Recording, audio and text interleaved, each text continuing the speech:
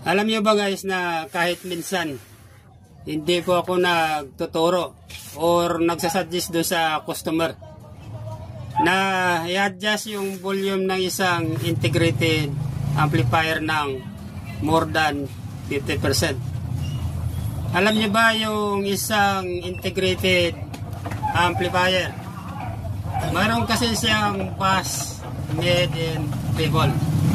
Kaya kahit minsan hindi pa ako nagsasuggest na ipipihitin ito guys ng kahit na more than 50%.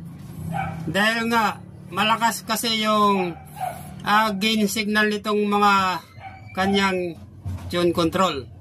Minsan pag lumampas kasi ng more than 50%, lalo na kung malakas ang signal galing sa ating player, medyo distorted na guys yung sound ng ating speaker. Maaaring maging isang dahilan pa para baka masira yung ating speaker.